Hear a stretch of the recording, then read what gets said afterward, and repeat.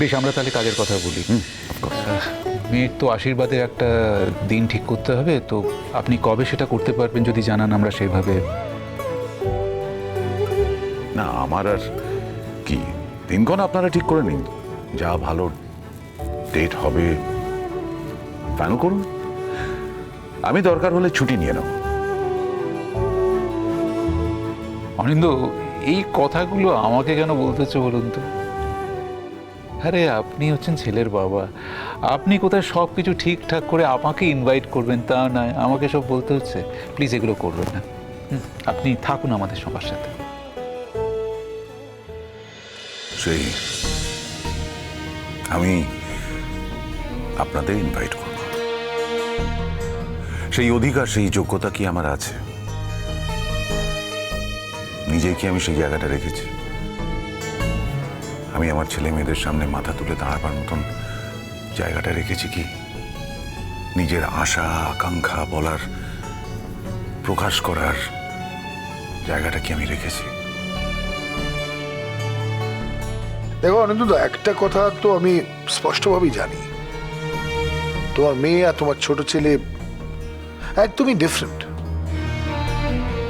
জাম্বুর কোনো কথাই আমি বলবো না।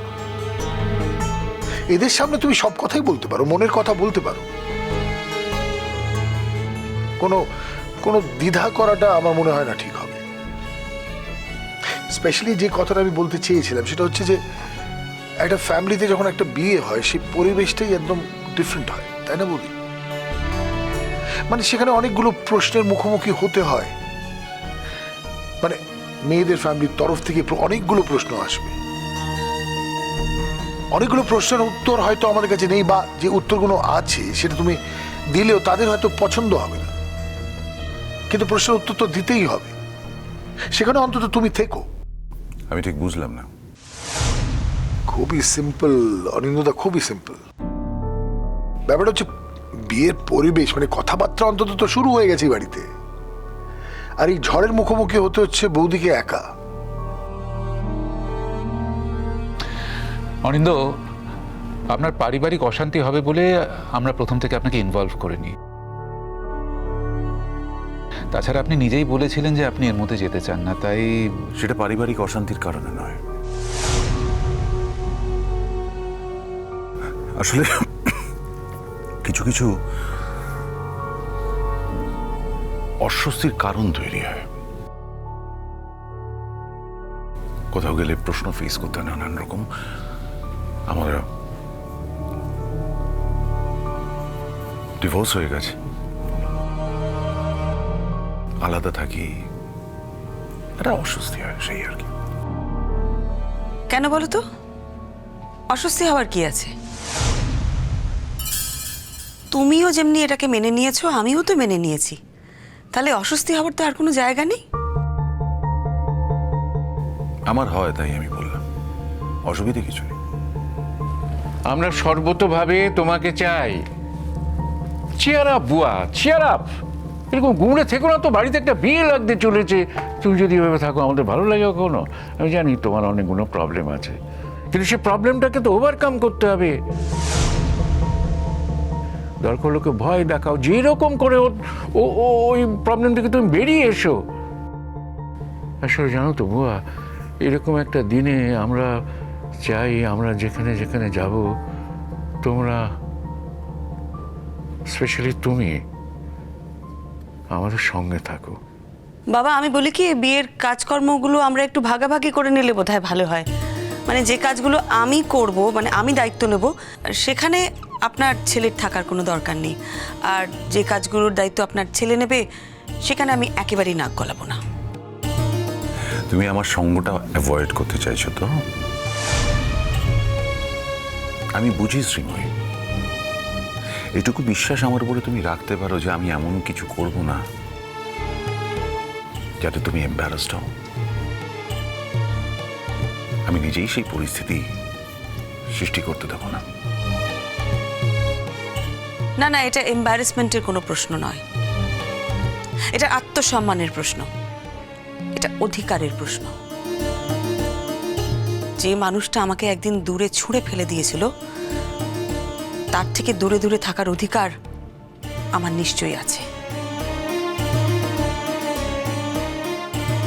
আর তার থেকেও বড় কথা হলো, তোমার কাছে কাছে থাকার অধিকারটাই তো আমার নেই। তো আমি শুধু শুধু কেন অনধিকার চর্চা করতে যাব? আমি মনে রাখবো সময়। আশা করি আমার ভুল হবে না।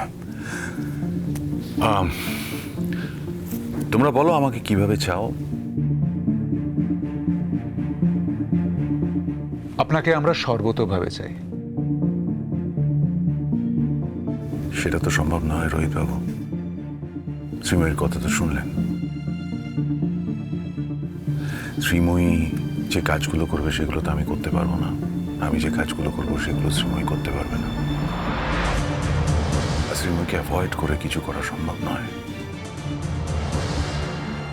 কারণ শ্রীময়ীর তার ছেলে মেয়েদের প্রতি যে অবদান, সেই অবদান কিন্তু আমার নেই, বিশেষ করে এই ছেলের প্রতি। তো he is the most important person.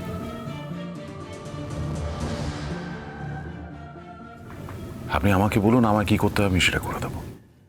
তাতে কোনো ত্রুটি হবে না। আরে মশাই, আপনার ছেলের বিয়ে কোথায় আপনি আমাদের দায়িত্ব দেবেন তা নয়, বলছে আমরা ওনাকে দায়িত্ব দেবো। তো উল্টো কথা বলছে। অনিন্দ, অনিন্দ তুমি আবার আবার উপরে কেন এসছো? হ্যাঁ, উপরে কেন এসছো?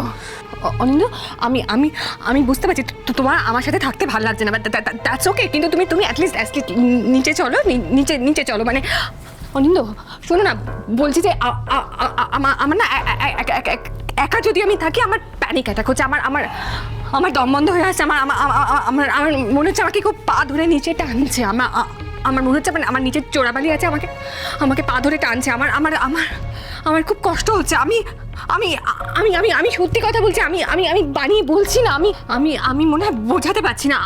আমি আমি ডাক্তার দেখাও জুন। এখানে নয়, এখানে কেউ ডাক্তার নেই, বাইরে কোথাও ডাক্তার দেখাও। এই দম আটকানোটা আবার আপনার কখন থেকে শুরু হলো?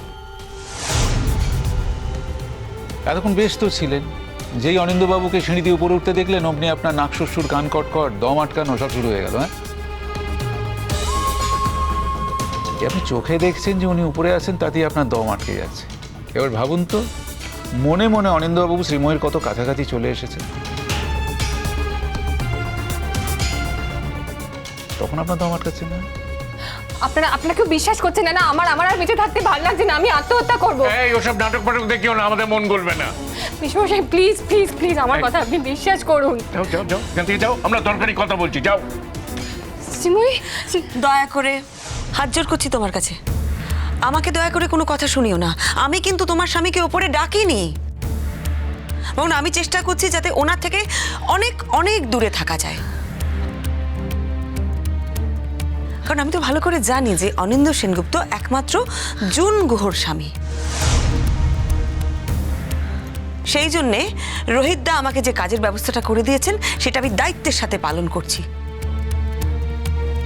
কারণ আমি তো খুব ভালো করে জানি যে অনিন্দ সেনগুপ্তর মতন একজন গডফাদার আমার মাথার উপরে নেই। আমাকে নিজের দায়িত্ব নিজেকেই নিতে হবে, আমার ছেলে মেয়ের দায়িত্ব আমাকেই নিতে হবে। তাই আর যাই করি না কেন, তোমার স্বামী অনিন্দ সেনগুপ্তকে আমি আর কোনো দিনও ওপরে ডাকবো না জুন।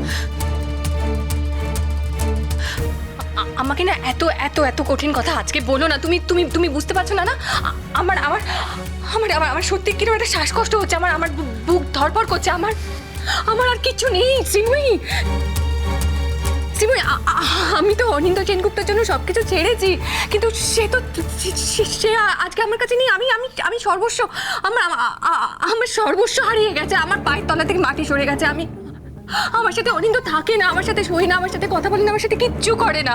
তুমি তুমি কি বুঝতে পারছো? আমি আমি আমি আমার দেখো হাত হাত হাত পা কাঁপছে, হাত পা কাঁপছে। সত্যি সত্যি বলছি, দেখো দেখো দেখো, তোমার তো সব আছে। হ্যাঁ, তোমার তোমার তোমার ছেলে মেয়েরা তোমাকে ঘিরে আছে, তোমার উপল বাবু আছে, তোমার রোহিত সেন তোমাকে সাপোর্ট করেন না সবসময়? হ্যাঁ, শ্বশুর মশাই আছে, সব আছে। আর আর সবচেয়ে বড় কথা, তোমার কাছে অনিন্দ আছে, মানসিকভাবে তোমাকে সাপোর্ট করে। হ্যাঁ, তুমি হয়তো স্বীকার করছো না, আমার সামনে স্বীকার করছো না, তুমি হয়তো অনিন্দ স্বীকার করছো না, কিন্তু আমি তো বুঝতে পারছি। আমি বুঝতে পারছি যে আমার সবকিছু নষ্ট হয়ে যাচ্ছে, সবকিছু ধ্বংস হয়ে যাচ্ছে। আমার জীবনটা, আমার ছেলে নেই আমার কাছে, আমার একমাত্র সন্তান নেই, আমার আগের সংসারটা ভেঙে গেছে। আমি এত লেখাপড়া শিখেছি, আমি এত বড় চাকরি করতাম, আমি কোথাও চাকরি পাচ্ছি না। আমি যেখানে ইন্টারভিউ দিতে চাচ্ছি আমাকে বলছে কাগজে ছবি দেখেছে আমার চাকরি হবে না। আমি আর বেঁচে থেকে কি করবো? আমি পাগল হয়ে যাচ্ছি।